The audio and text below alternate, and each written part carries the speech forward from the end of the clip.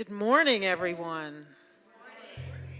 Welcome, welcome, welcome. Let's take a deep breath together.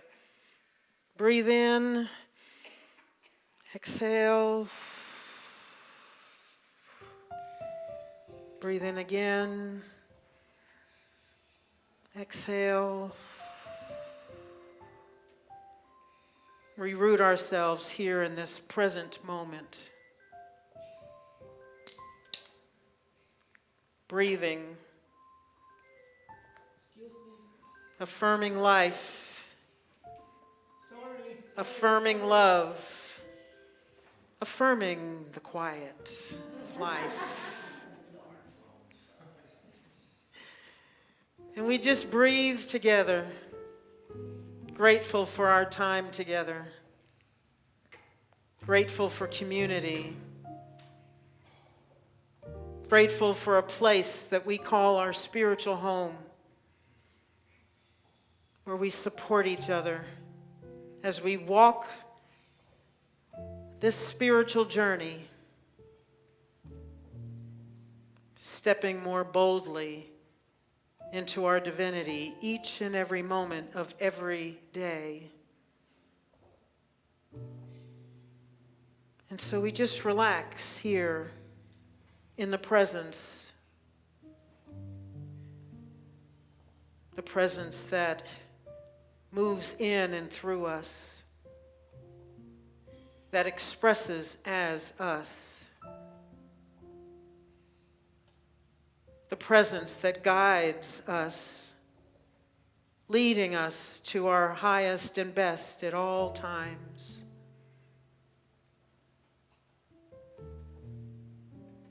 And we know and affirm that we are never alone. There is nothing that we must walk solely in our humanness, for we are both divine and human. Divinely human. And so we let go of all cares, all doubts, all fears, all confusion, all conflict. And we settle into peace. We settle into love. We settle into joy. We settle into strength and power.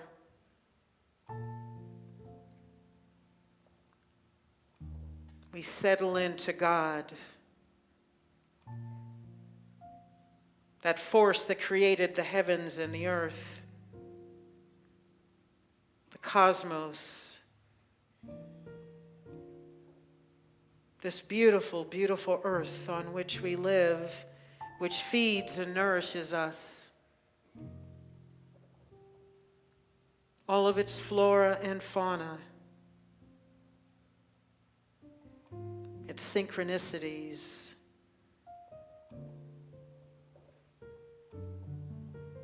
and we know and embrace our place in the natural world, the highest of beings has dominion over its thoughts, words, and deeds. So here in this moment, we relax into the all good, ready for an experience together.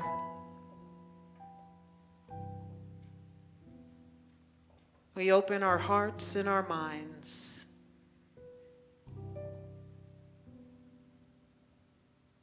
Ready for the miracles that will happen in this time.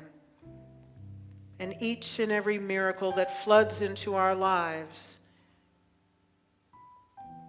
from this moment forward. And from this place of strength and power, of peace and harmony, we sing our centering song, Spirit's Prayer.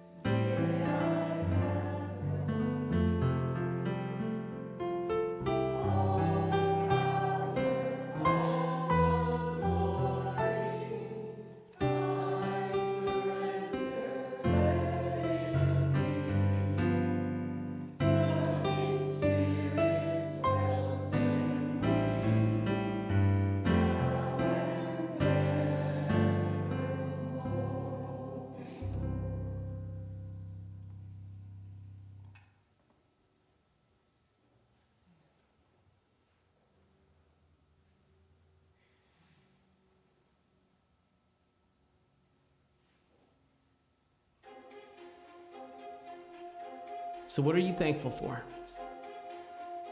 You'd think that'd be an easy question to answer. Yet, how often does the speed of life blind us? How often are the blessings we experience blurred by the chaos we walk in? While we're busy trying to keep up, do we fail to recognize all that we have to be grateful for? Of course we do. We're all guilty of it. Life has a way of chiseling away at a heart of gratitude. What if we could stop, pause in the moment, take a breath, take a beat, and recognize the incredible work of God which surrounds us? What if the intensity of the day-to-day could be stilled by the peace of thanksgiving? What if we could practice the words of Scripture and give thanks in everything? Perhaps these are the questions we need to ask ourselves. Maybe, if we look hard enough, we can see past everything life throws at us and see the beauty of a life spent giving thanks. So, what are you thankful for?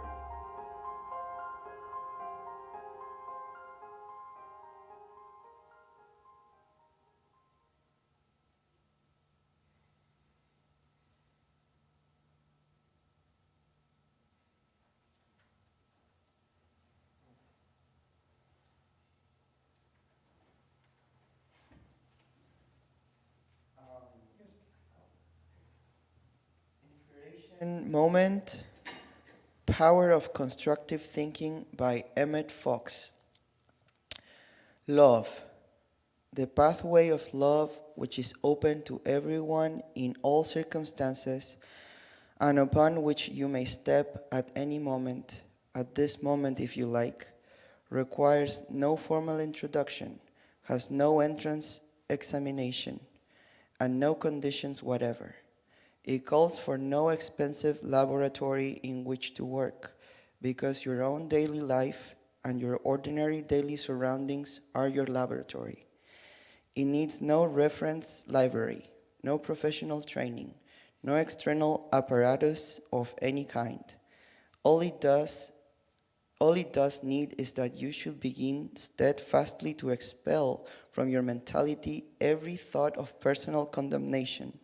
You must condemn a wrong action, but not the actor, of resentment for all injuries, and of everything which is contrary to the law of love. You must not allow yourself to hate either person or group or nation or anything whatever.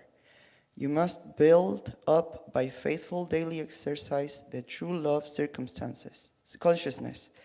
And then all the rest of spiritual development will follow upon that. Love will heal you. Love will comfort you.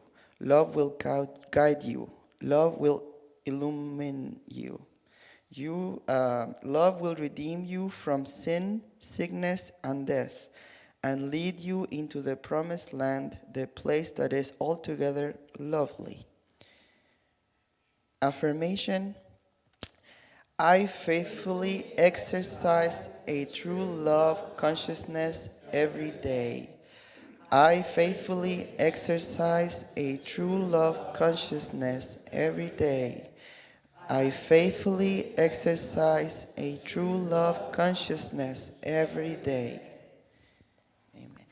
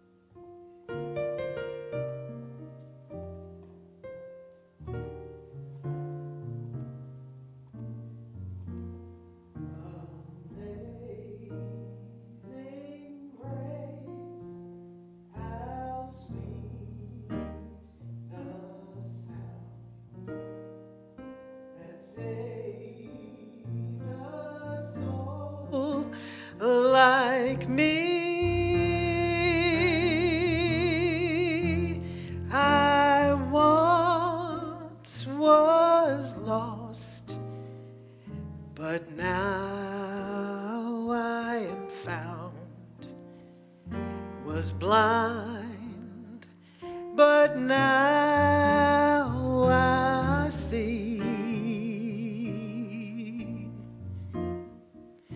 The Lord has promised good to me. His word, my hope secures. He will my shield and portion be, as long as life endures.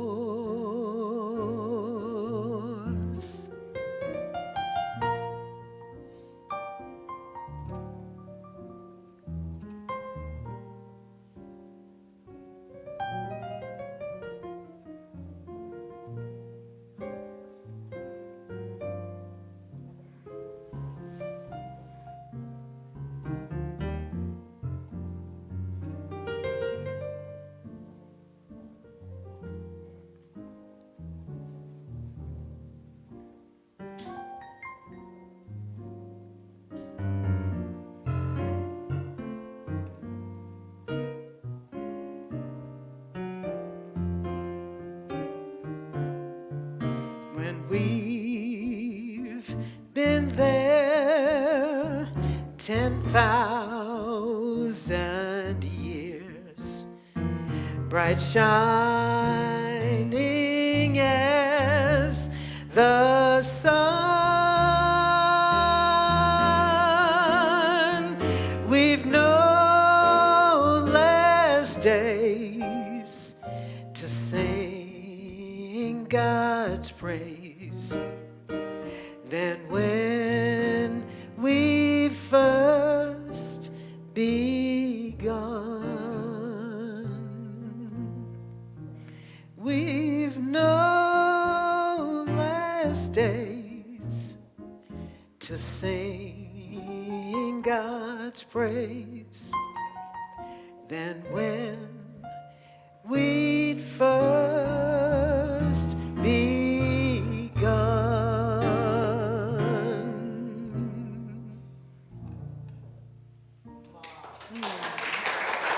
Thank you.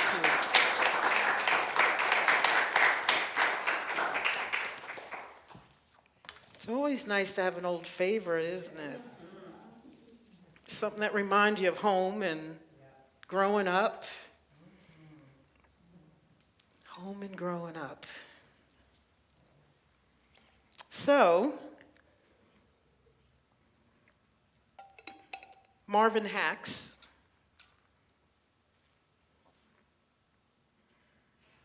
committed manslaughter. He murdered a woman in his hometown.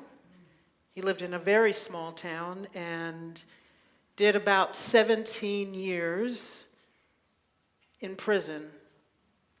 And so he's close to 40 by the time he gets out, and he's returning home. He wants to go back home.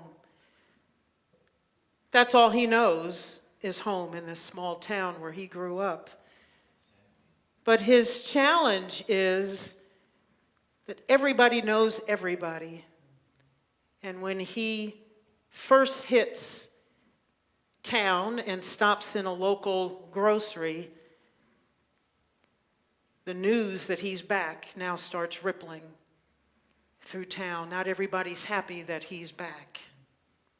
Not everybody's happy. And he's not sure how his mother is going to receive him because she was friends with the woman he killed. And all he wants is to be home with his mother. This is all he's thought about these 17 years.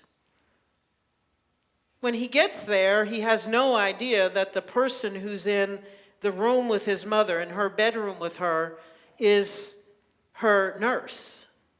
And he becomes upset, and he pulls the nurse off of his mother because the nurse is tending to her and they end up in a fist fight.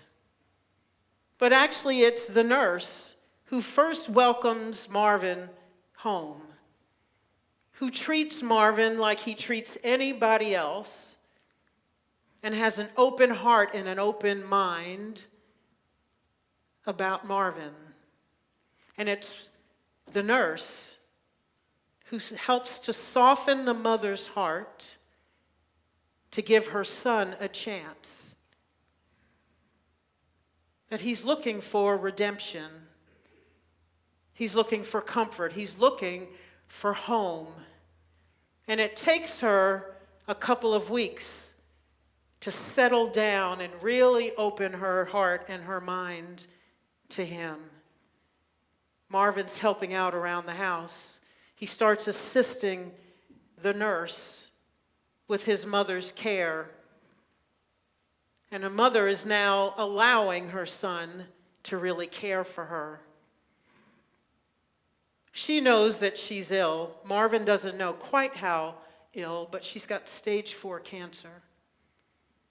And it's so advanced that there's nothing now that they can do about it. And so she's living out her last weeks. So Marvin's going about his business, trying to help his mother. Of course, the word is now rippled around town that Marvin's here. There are some people that are very, very angry about Marvin's presence and doesn't think that he should ever have come home. He could have gone anywhere else but home. One night, Marvin is walking home from the store, and he is attacked by a few townspeople. He is beaten. They duct tape his eyes. They duct tape his mouth. They urinate on him. They throw dirt on him. And they duct tape him to a pole. And it's the granddaughter of the deceased that cuts him loose. She's not quite there in fully accepting Marvin's return, but something within her finds that unacceptable, that Marvin's being treated like he is. She's still angry. She's not quite sure what to do, but she knows there are some things that are not okay. She ends up inviting Marvin to the seniors group that she works with. She teaches them exercise, and they do fun things together. She invites Marvin, and he does go, and they end up doing things like those trust falls. And Marvin learns to open up. And the seniors learn to open up to him, because his first time into the room, this first 5 minutes, the one woman says, "Aren't you that Hacks boy who just got released from prison?" And he says, "Yes, ma'am, I am. And I'm not a boy, I'm nearly 40. I'm a man now. And I just want to be home. I just want to be home." And so they open up to him and accept him. A couple of weeks later, Marvin takes his mother to church. And everybody's there, small town, one church. And the people who beat him up start throwing prayer books at him and his mother, during service. First, one book is hurled, and then others start to hurl books at him. And the minister comes off of the platform and calls an end to it. He had started talking about forgiveness, and yet people are hurling Bibles and prayer books at someone else in the congregation. Everybody's turned off. Nobody wants to hear about forgiveness. Nobody wants to talk about redemption. Nobody wants to talk about changing their thoughts or their feelings about Marvin. Maybe about life. I don't know. So the priest is angry, and he says, anybody who can't forgive and is not willing to welcome Marvin home and call him one of our own can leave now.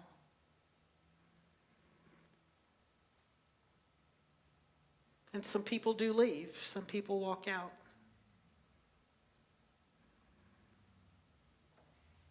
And the others sit. And the minister talks a little bit more about forgiveness for a few more minutes. And Marvin stands up and he says, all I've ever wanted in these 17 years was to look in my mother's eyes and not see that she hates me. I want to look in her eyes and know that she loves me still as her boy. That she fully accepts me as her son.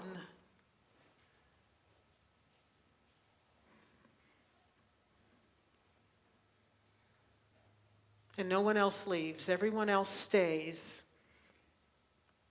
affirming that they are willing to be open to Marvin and to call him one of their own again.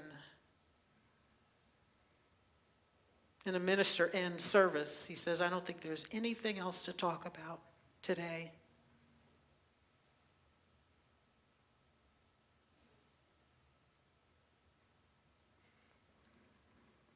This town had a struggle.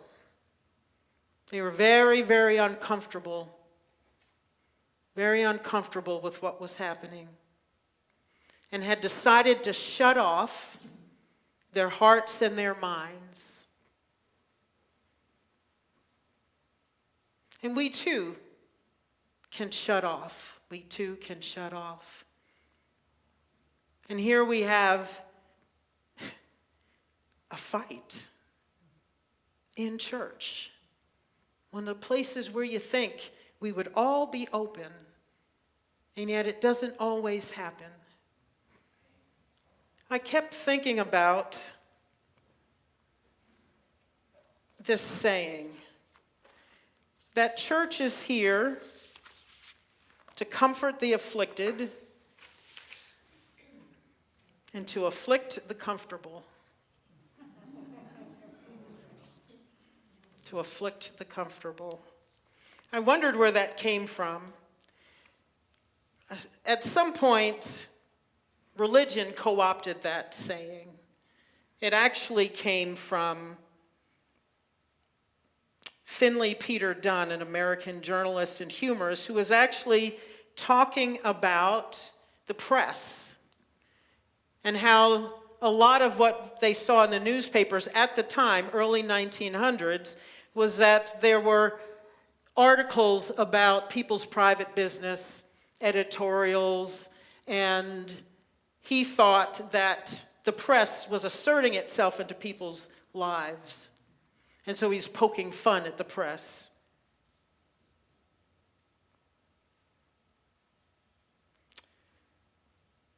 He said the newspaper does everything for us. It runs the police force and the banks, commands the militia, controls the legislature, baptizes the young, marries the foolish, comforts the afflicted, afflicts the comfortable, buries the dead, and roasts them afterwards.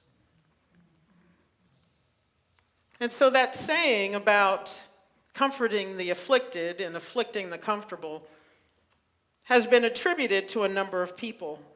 Clarence Darrow, Woody Guthrie, and a number of other people. And then it was assigned to a young priest, and that's how religion started to take it on. But I wonder about that. Yes, we are here to comfort the afflicted. When Marvin goes to church, he's looking for comfort.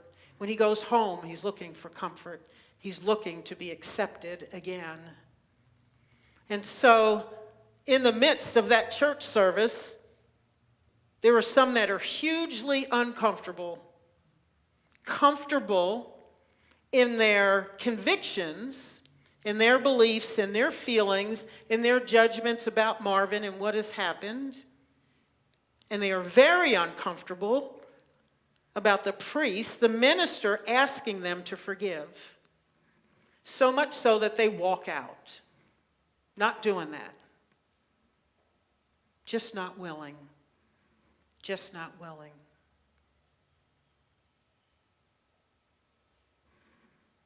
The minister made them very uncomfortable.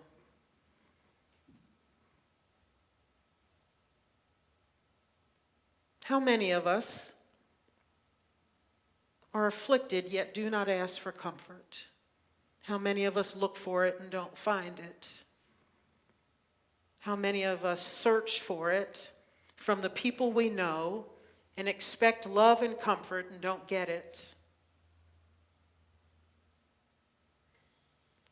And I think maybe what may be more sad is that we can get so comfortable in our own thoughts and feelings and our beliefs that we need perhaps to have our cage shaken.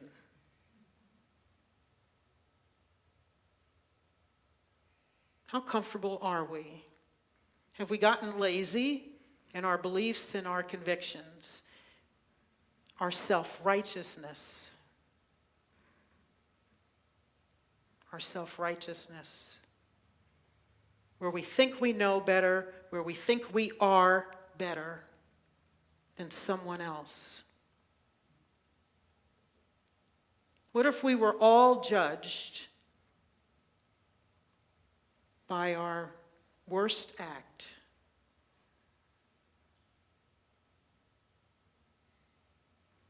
Think back to something hurtful you have done to someone.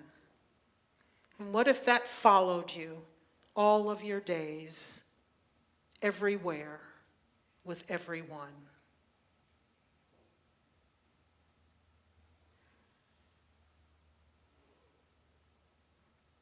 And where in our lives are we comfortable in our self-righteousness?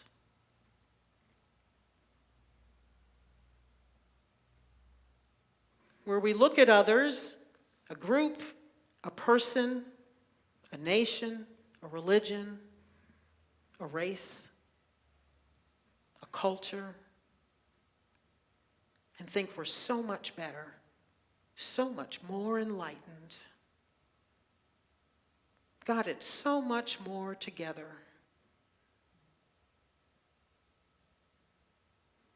We used to say growing up that you don't think your own stuff stinks.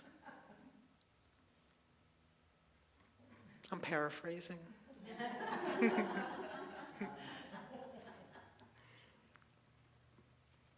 Are you that comfortable in your own stuff that you don't think it stinks?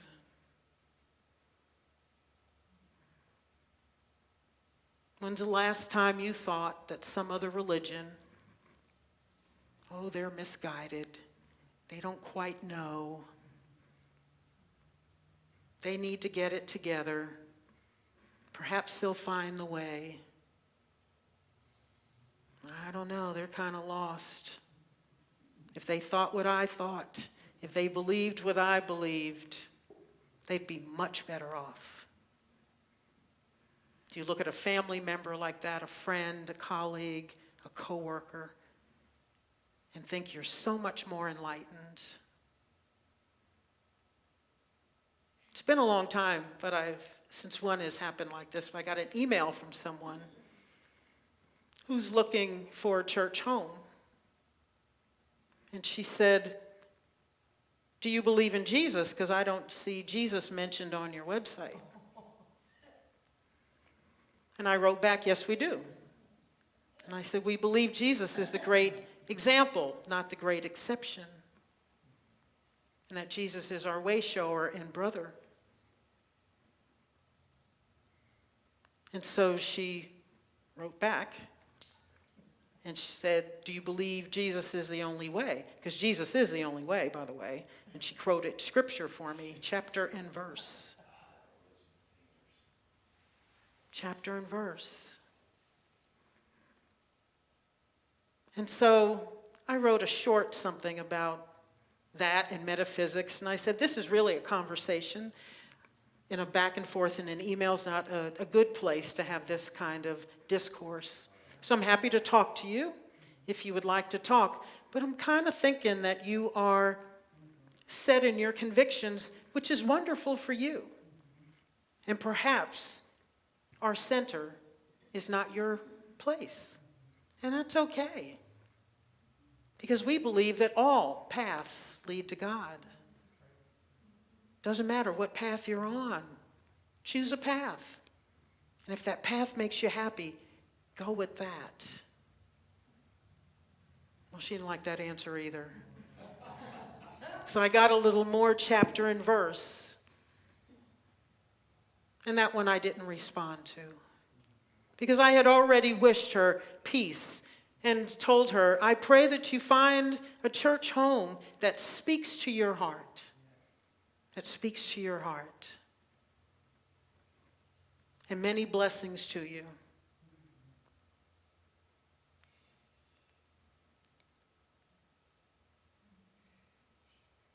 So sometimes we have to know the difference between knowing what you believe, know what you know that you know that you know. And there's probably a fine line between that and thinking you're more enlightened, more educated, smarter, got it all figured out. And so even though I wasn't rattled by her emails, I did stop to think about what she was relaying in her emails. What about this Jesus being the only way? What about that?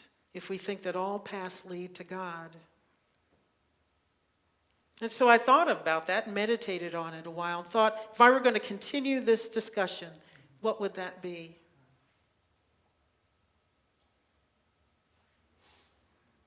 But I took the time to be open, to hear her, and to also say that I'm happy with you being where you are, and I'm happy where I am, and many blessings to us all.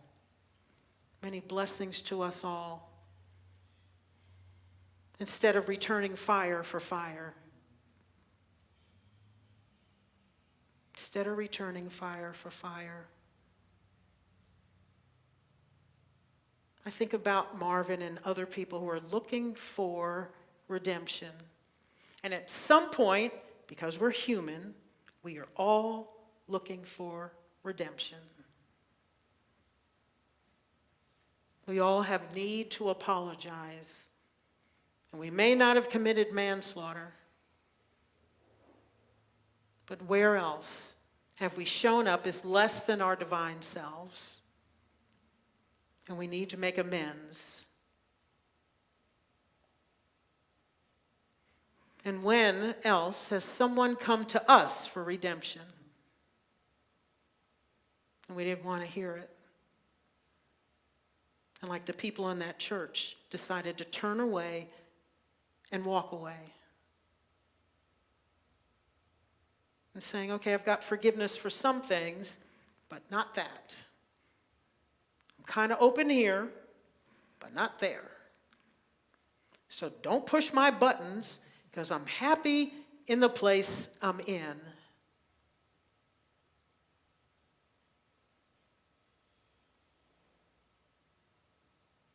I do hope you have an assuredness in your beliefs, a confidence, a conviction in your beliefs.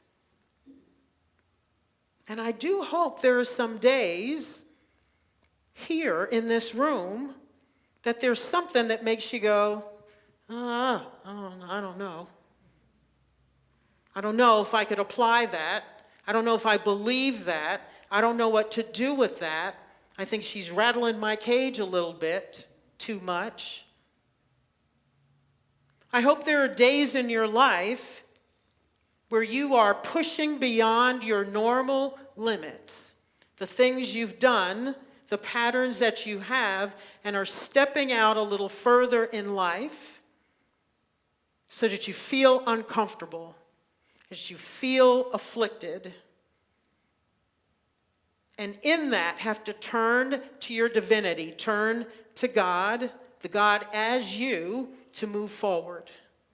Because that's what that minister was asking them to do. Put away your humanness, your fears, your anger, your doubts, your condemnation. The very thing that Sal was reading to us about. Minister said, let's put that away. Who's willing to put it away? And I guess it's good to know when you're at your limit and you say, nope, not doing that, and you walk.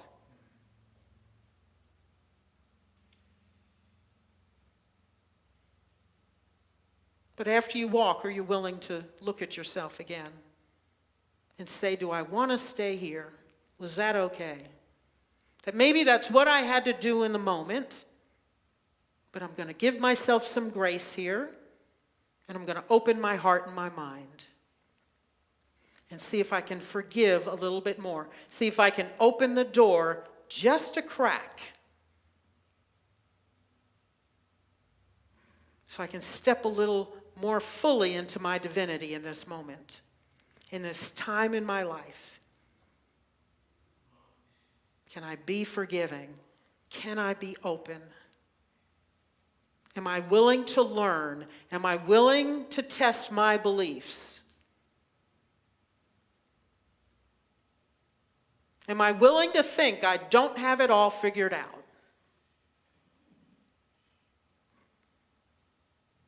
Am I willing to think I don't have it all figured out?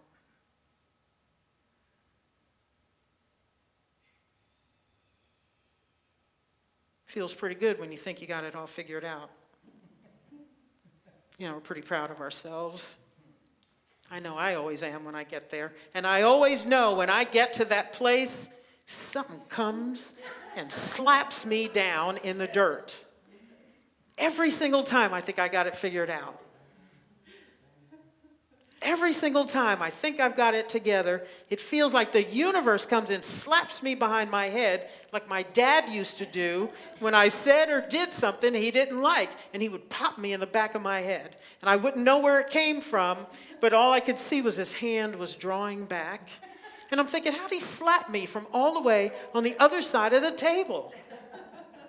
But the universe does that to me when I get too arrogant about my beliefs and my feelings and my convictions.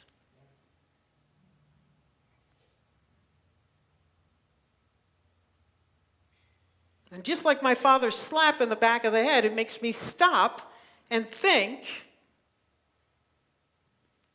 what is it? What did I just do? And how can I not get slapped in the head again? Either by my father or the universe.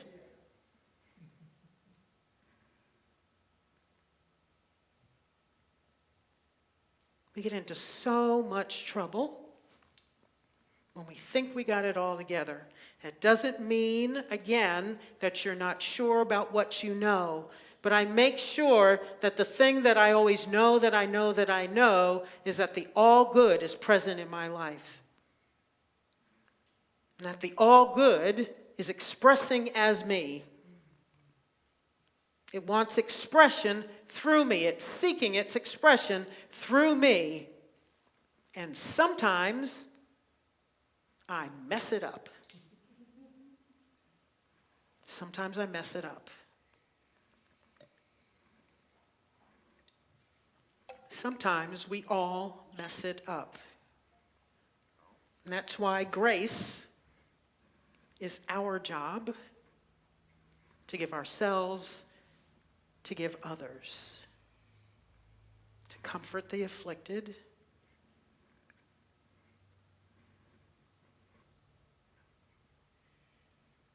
and we are comfortable, get afflicted ourselves, to rattle our own cage.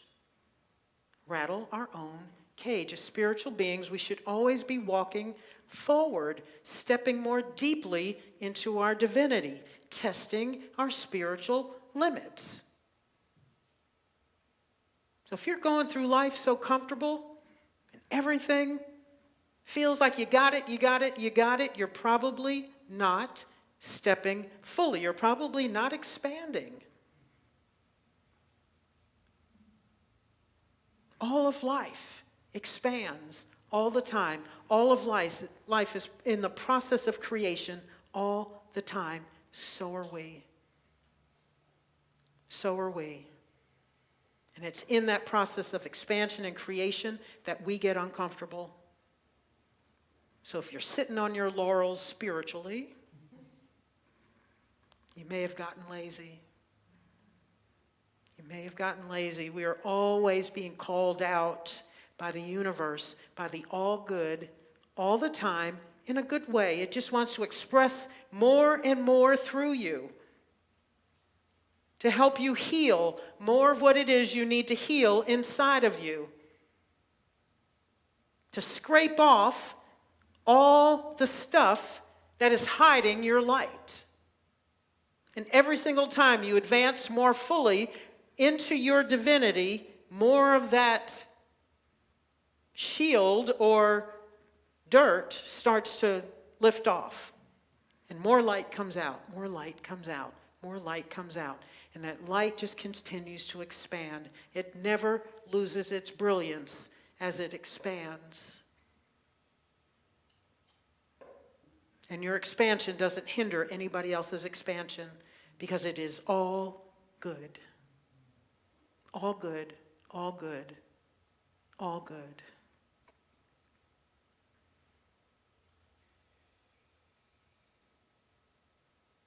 So if it is true that the church is here to comfort the afflicted and afflict the comfortable, then that is our job because we are the church. It's not the building. It's not the center. It's us. When people walk in here and visit, they equate the church with us. They probably don't go home and say, oh, that was a nice building, that's why I want to go there. That place was pretty. I want to spend Sundays in there because it's pretty. We are that church.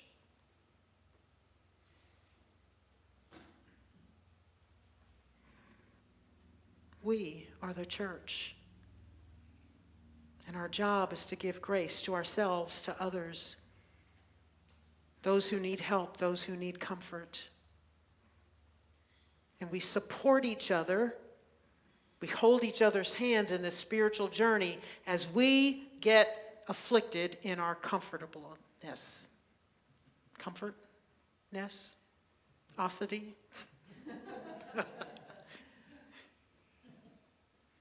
That's what this place is for. That's what community is for. That we walk with each other as we grow and expand and learn and shine more light. And shine more light.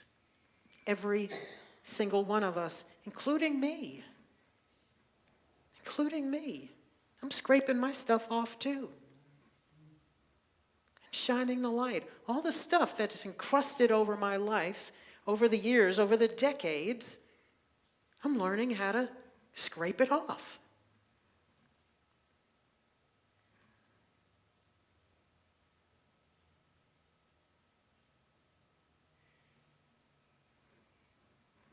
So let's comfort those who come for comfort. Whether it's in this room, in your home, at your job, on the road, in the grocery store. Send somebody a good word. Make somebody feel welcome. Be open to redemption. And when we think we've got it all together, be willing to shake it off. Be willing to go where no man has gone before. It's step out into the abyss. It is there that the all good meets us. It is there in those moments when you don't know what to do and you don't know how to love or you don't know how to give in a particular instance that the all good shows you the way. The all good is talking to you, speaking to you, sending you messages in a million different ways, in a way that you personally can understand, to show you the way and help you step forward more fully as your light, the brilliant light that you are. The brilliant light that you are.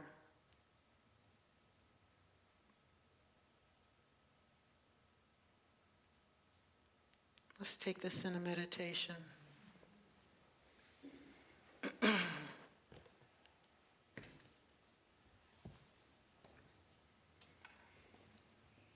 Just breathe. I want you to think about where you might be comfortable, too comfortable.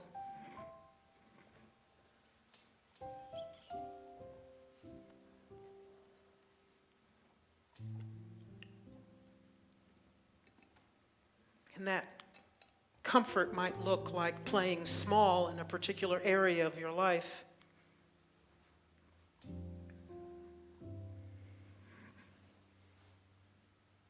Where have you not been willing to show up fully divine?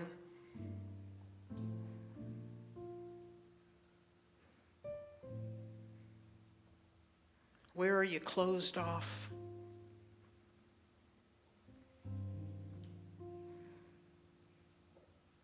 In what area of your life, in what circumstance, with what particular person have you just closed the door and walked in the other direction?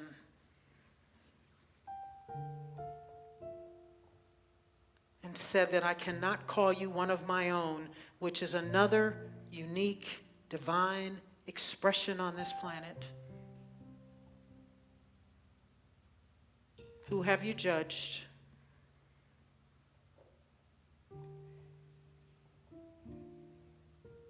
Who's asking for redemption and you're not granting it? Who's asking for forgiveness and you're not giving it?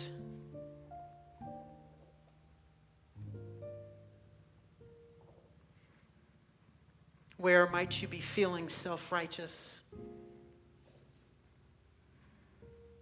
Is it about a particular group or person?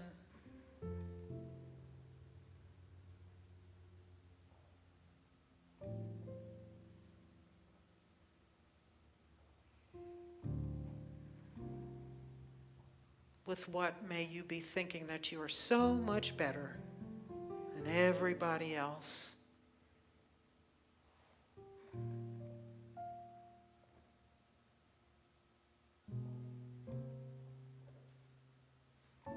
And how can you open your heart and your mind even just a bit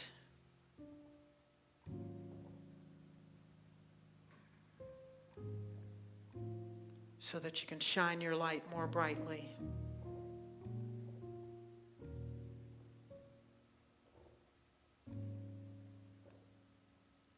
So that you can be more of the divine expression that you are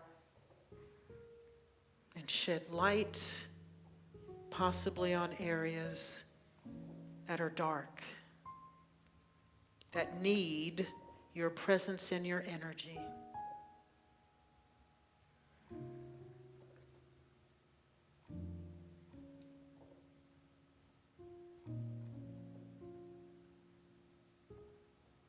In what ways can you open up more? Open your mind, open your heart. Where can you give grace where you have not been willing to give it before?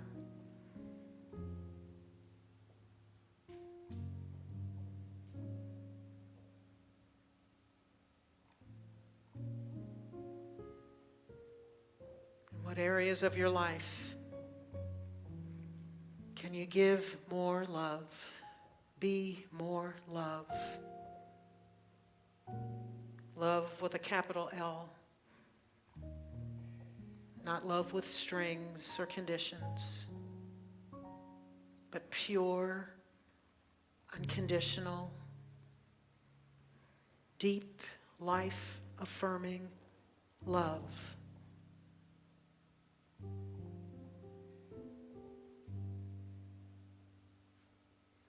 Let's take a deep breath. Inhale and exhale.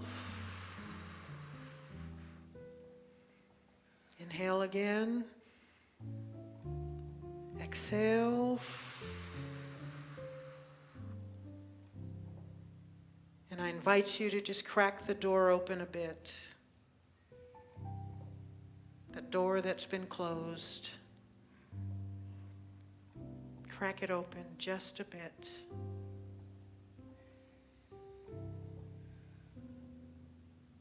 Invite the light in.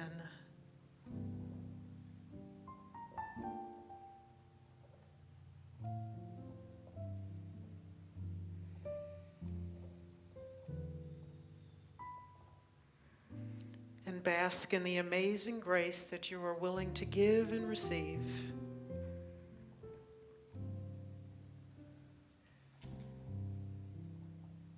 The grace that you are willing to give and receive.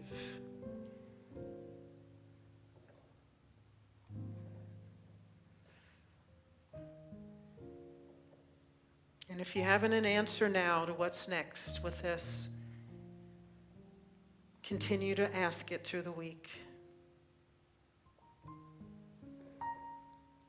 Continue to ask it as long as you need to ask it. And then step forward boldly into your divinity.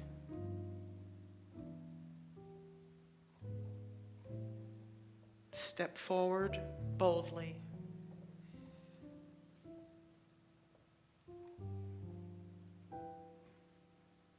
And so it is, and so it shall be. Amen.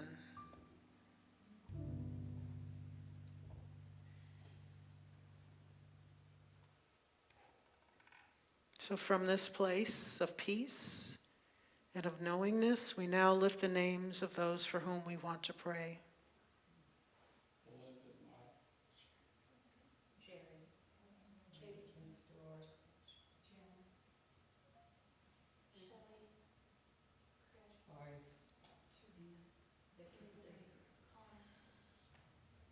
For Reba, for Diane and Elizabeth,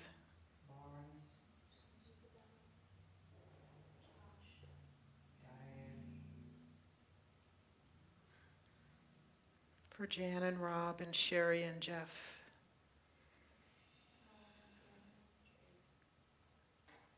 for Carolyn,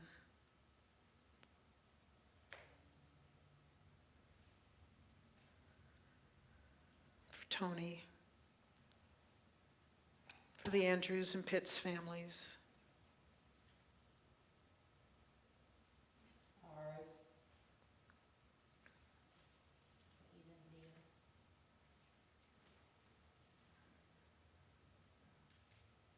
for Paul and Judy,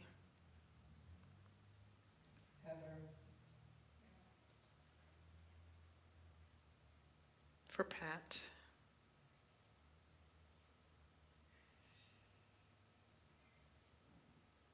for all of these beloved souls, all those that we have not named but who are in our hearts and minds throughout the week. We know that they are whole, perfect, and complete, and the all good is at work in their lives as well,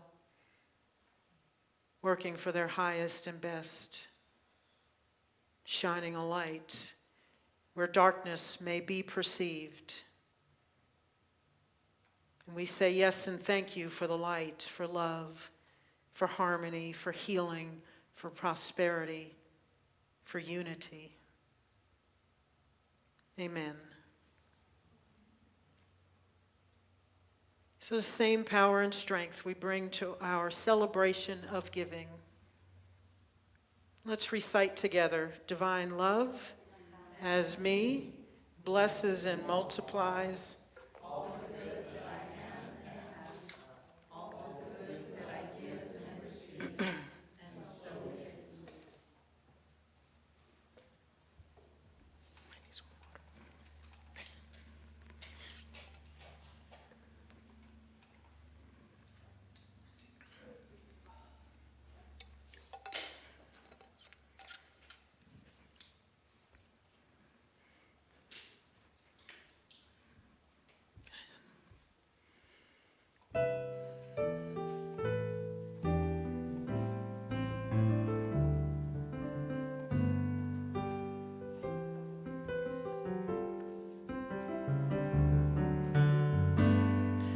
I've got a roof over my head. I've got a warm place to sleep. Some nights I lie awake counting gifts instead of counting sheep. I've got a heart that can hold love.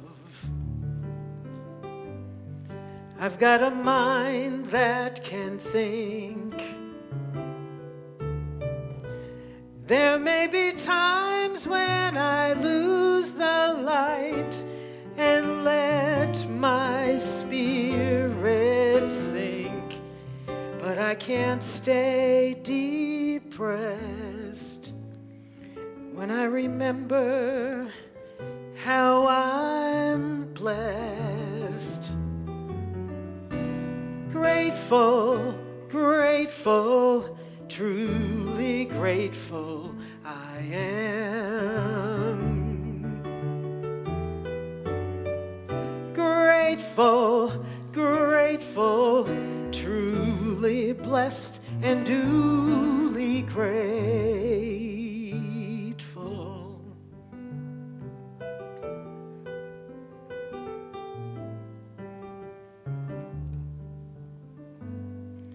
In a city of strangers,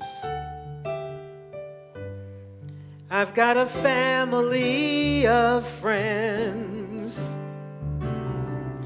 No matter what rocks and brambles fill the way, I know that they will stay until the end. I feel a hand holding my hand. It's not a hand you can see, but on the road to the promised land, this hand will shepherd me through delight and despair, holding tight and always there. Grateful, grateful, truly grateful I am.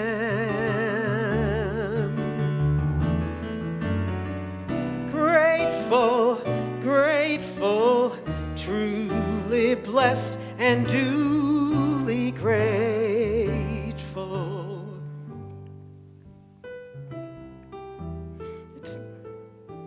It's not that I don't want a lot, or hope for more, or dream of more, but giving thanks for what I've got makes me so much happier than keeping score. In a world that can bring pain, I will still take a chance, for I believe that whatever the terrain, our feet can learn to dance. Whatever stone life may sling, we can moan or we can sing. Grateful, grateful, truly grateful I am.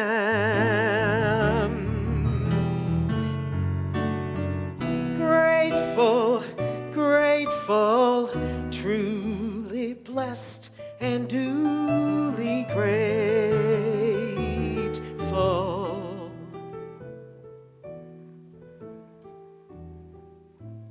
Truly blessed and duly grateful.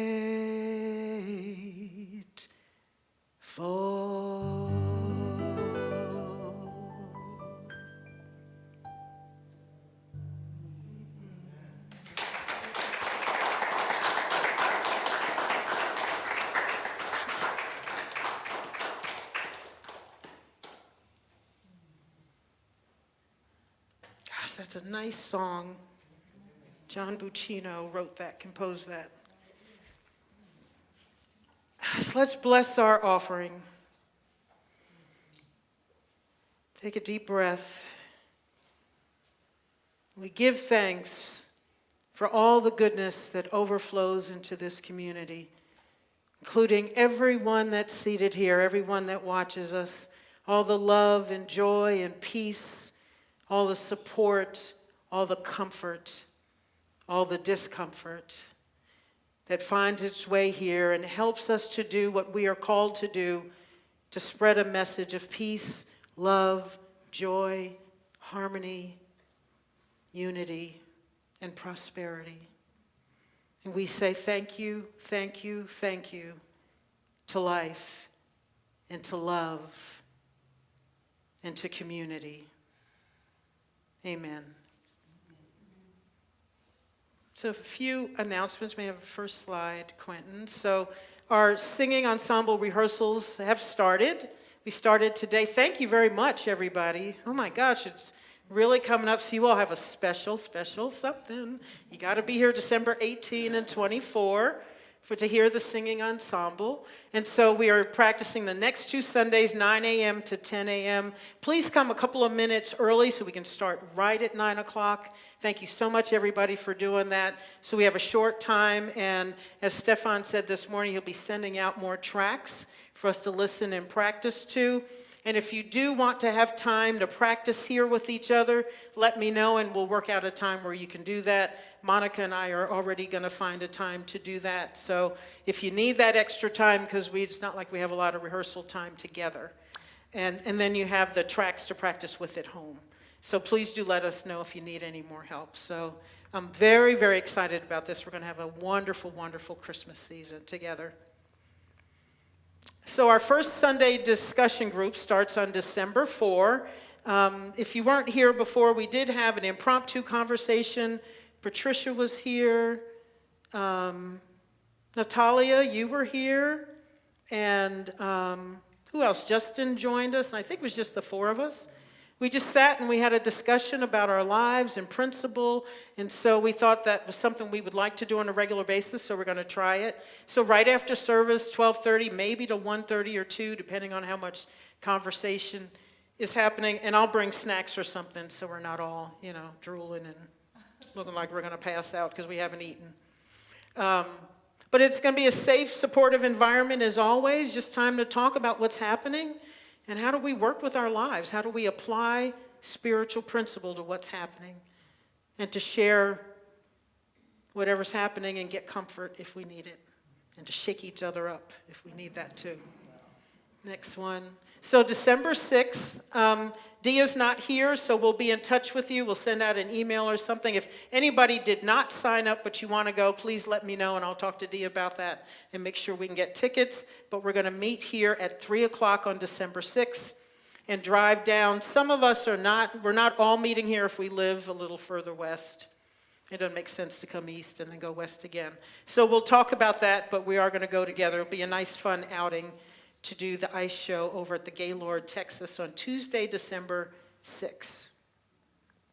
And our next membership Sunday is coming up December 18th. So if you would like to become a voting member, please let us know. Patricia's already on the list. I'm excited about that.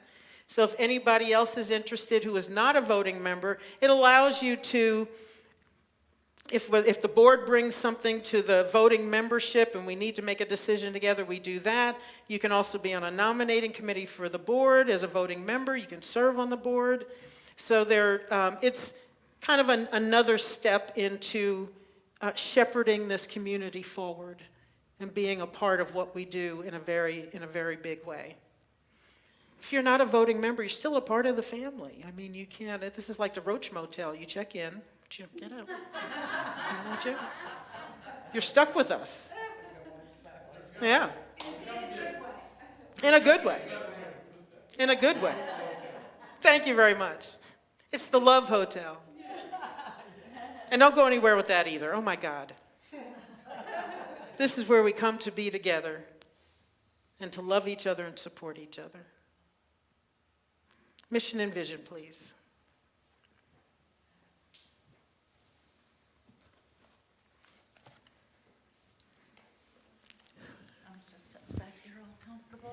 paying I attention? know, like there was nothing else to do. I and- know. Need to be shaken up a little bit, don't I? All right, if you'll repeat with me, please. We are Unity Spiritual Center Saxe.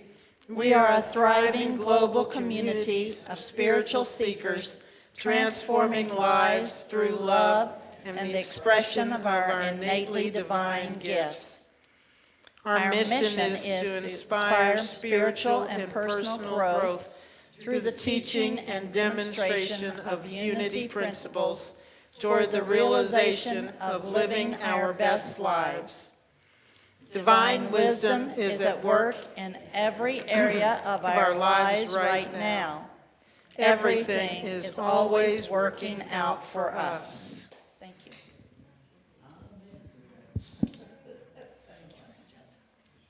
So we're signing off now with our remote audience. Thank you very much for watching us and being a part of what we do here. And have a wonderful, wonderful, glorious week. And for those of you who are sitting here, we have a little bit more.